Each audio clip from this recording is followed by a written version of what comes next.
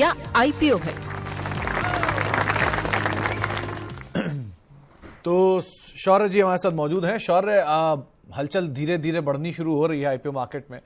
एक लिस्टिंग, शायद एक आईपीओ खुला हुआ और लॉक इन खुल रहे हैं, तो बहुत कुछ है बात करने के लिए। पहले कहाँ शुरू करेंगे, जो आईपीओ खुला है या जो आईपीओ लिस्ट हुआ है? जी, आईपीओ लिस्ट से स्टार्ट करते हैं। पॉजिटिव नोट पे स्टार्ट करना चाहिए ऐसे मार्केट में, क्योंकि जो स्टैलियन इंडिया है वो आज खुला था, तो वो 90 था इसका इशू प्राइस, लिस्ट हुआ है 120 पे, यानी 33% के प्रीमियम पे। लेकिन खुलते हमने देखा इसमें और तेजी देखने को मिली और टोटल 126 रुपीज पे गया, यानी 5% का अपर सर्किट लगा दिया। और अब अपर सर्किट लगा हुआ है, तो अगर कोई नहीं बेच पाया, उन्हें आईपीओ मिल गया था, तो उन्हें 40% का गेन मिलता हुआ नजर आ रहा है, वो भी ऐसे मार्केट कंडीशंस में। 40% अगेंस्ट स्टैलियन इंडिया फ्लोरोकेमिकल। क्या ये कंपनी कामकाज करती थी? क्या ब्रोकरेज कराए थे इस पे? जी, इनका बिजनेस की अगर बात करें तो इनका बिजनेस बड़ा सिंपल सा था। ब्रोकर्स भी इन पर काफी ज्यादा बुलिश ही थे, और जैसे इन पे हमने दिक्कत भी करी थी कि इनमें एक पॉइंट थी, कुछ पॉइंट जैसे ये थे कि इनका जो है काफी स्मॉल इनका बिजनेस का साइज था, तो ये पॉइंट था इनके फेवर में था। दूसरा ब्रोकर्स इस पे बुलिश थे कि जो इनका जो वैल्यूएशन थे काफी ज्यादा पॉजिटिव थे, और इनका बिजनेस जो है काफी सिंपल सा था। जो रेफ्रिजरेंट गैस होते हैं वो बेचते थे ये बड़े बड़े कस्टमर्स को, इलेक्ट्रॉनिक्स में, सेमीकंडक्टर्स में, काफी बिजनेसेस में। लेकिन उस वजह से इन्हें एक नुकसान भी होता था। वो नुकसान ये था कि बड़े बड़े प्लेयर्स थे वो जल्दी से इन्हें पेमेंट नहीं करते थे, जिस वजह से इन्हें शॉर्ट टर्म लोन लेना पड़ता था, और शॉर्ट टर्म लोन लेने के लिए उन्हें इंटरेस्ट पेमेंट भी करनी पड़ती थी। तो वो इंटरेस्ट पेमेंट इनके फाइनेंशियल्स पर असर डालती है, जिस वजह से हमने देखा था कि इनके जो प्रॉफिट है वो फ्लक्चुएट होते हुए नजर आए। लेकिन अल्टीमेटली पॉइंट आता है वैल्यूएशन, क्योंकि इनका वैल्यूएशन काफी ज्यादा चीप लग रहा था, अट्रैक्टिव लग रहा था, इसलिए इस कंपनी को सब्सक्रिप्शन किराए मिली थी और आईपीओ का साइज छोटा था। सब मिला के सब्सक्रिप्शन भी बहुत जबरदस्त देखने को मिले थे। 188 टाइम सब्सक्राइब होते हुए कंपनी नजर आई थी टोटल।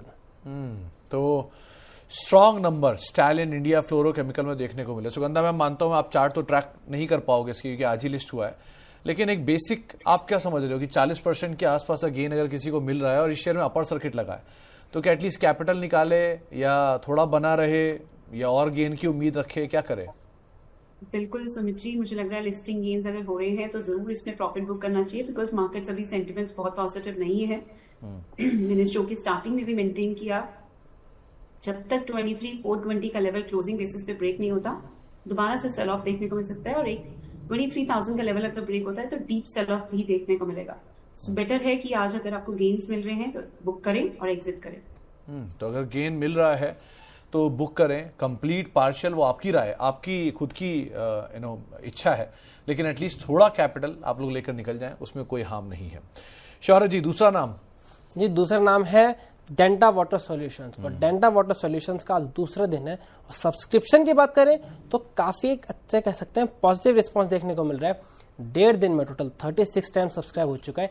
ये है अभी जो लेटेस्ट फिगर चल रहा है, अभी बिल्कुल 2 बजे के बाद का 36 टाइम सब्सक्राइब हो गया है। रिटेल इन्वेस्टर्स ने 34 टाइम सब्सक्राइब कर लिया है। High net worth individual 81 time subscribe करते हुए नजर आए हैं, और QIB भी 4 गुना सब्सक्राइब करते हुए नजर आए हैं। इनका बिजनेस ऐसा बताया था, ये वेस्ट वाटर का यूज करके जो ग्राउंड वाटर होता है तो दोबारा भरने की कोशिश करते हैं, ताकि जो वाटर के शॉर्टेज है वो वेस्ट वाटर को रिसाइकिल करके पूरी हो सके, और बेंगलोर में इन्होंने सक्सेसफुली ये काम करा है। साथ साथ इनका अगर वैल्यूएशन देखे तो वो सिंगल डिजिट में है, 9.45 टाइम्स इनका वैल्यूएशन है, जो कि इनके पीयर्स के मुकाबले काफी ज्यादा सस्ता है। जैसे इनके जो पीयर्स है VA टेक, वाबैग और EMS लिमिटेड, उनका वैल्यूएशन 27 से 40 की रेंज में है, लेकिन ये यहाँ सिंगल डिजिट वैल्यूएशन में आ रहा है, और ऐसी थीम में जिसमें इंटरेस्ट बढ़ता जा रहा है आजकल लोगों का, तो इस वजह से हम देख सकते हैं पॉजिटिव रिस्पॉन्स मिलता हुआ दिख रहा है। पॉजिटिव रिस्पॉन्स आता हुआ दिखाई पड़ रहा है। HNI कैटेगरी बहुत स्ट्रांगली भर रहे हैं, और शौर्य ने अभी तक नहीं भरा है ना? नहीं। जोक्स अपार्ट, लेकिन मेजरली सारे ब्रोकरेज हाउसेस के जो व्यूज हैं वो पॉजिटिव साइड पर हैं। सब्सक्राइब रहा है BP वेल्थ की, SBI सिक्योरिटीज की, इंडसेक सिक्योरिटीज की और वेंचुरा की, जहां पर सबने सब्सक्राइब करके चलने की राय दी हुई है। शौर्य, और एक इंपॉर्टेंट पार्ट था वो है जो लॉक-इन्स हैं वो खुल रहे हैं, और ये धीरे धीरे इंपैक्ट भी कर रहे हैं अलग अलग स्टॉक्स के ऊपर जी। सो आज कौन से नाम आप पिक करके लाए हो? जी, आज हम वो नाम लेके आए हैं जिनका इंपैक्ट आपको कल देखने को मिलेगा। वो कंपनियां हैं सनातन टेक्सटाइल और ट्रांसरेल।